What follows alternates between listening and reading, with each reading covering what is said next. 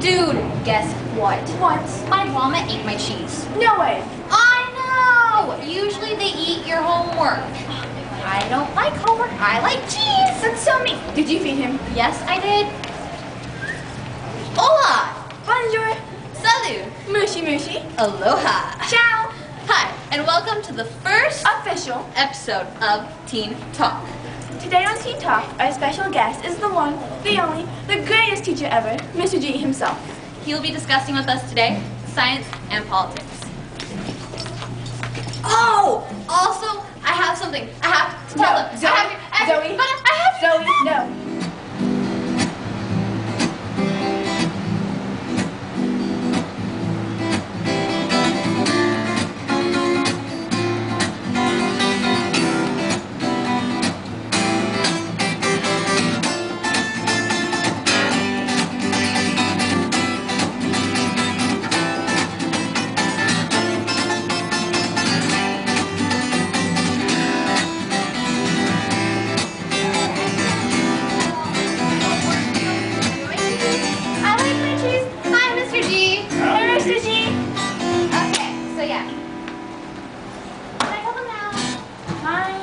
He also plays guitar. Okay, so we're here to ask you questions. All right. Okay. So I heard you write an article for the Wasatch Wave. I do. I write a science article for The Wave. It's a small town newspaper here. I write it pro bono, which means I don't get paid for it, which is good because sometimes the quality isn't worth getting paid for. But most of the time I try to write something about science. Okay. Well, what is your view on war? On war? Yes. Don't like it. Well, I don't Simple either. as that. I served in the Navy through 2 wars, and my son is on his way over to Iraq right now. So we know war. We know we don't like it. Yeah, war is not the best thing ever. Well, do you feel that kids should have like a say in like the politics and all that stuff? Absolutely. Why not? It's my generation that's going to mess everything up, and your generation has to fix it. So you better have some kind of a say in it. You better be thinking about it now. Yes, we should. I like that. Okay, well, global warming is an issue right now. What could kids do to help our planet? You know, there's a lot of scientific models that we could work into. But the easiest thing, and it's going to sound stupid because you're going to say your mom tells you all the time, turn off your lights when you're not in the room.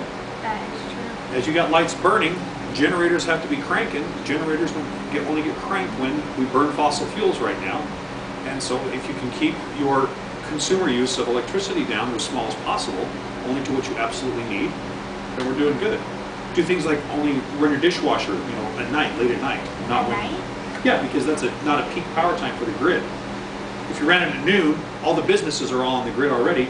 You're going to suck out some energy that might have to crank up some more generators. But if you run it at nighttime, it's going to handle the load pretty easy. Ah, I get it. Okay, that's a smart idea. Yes.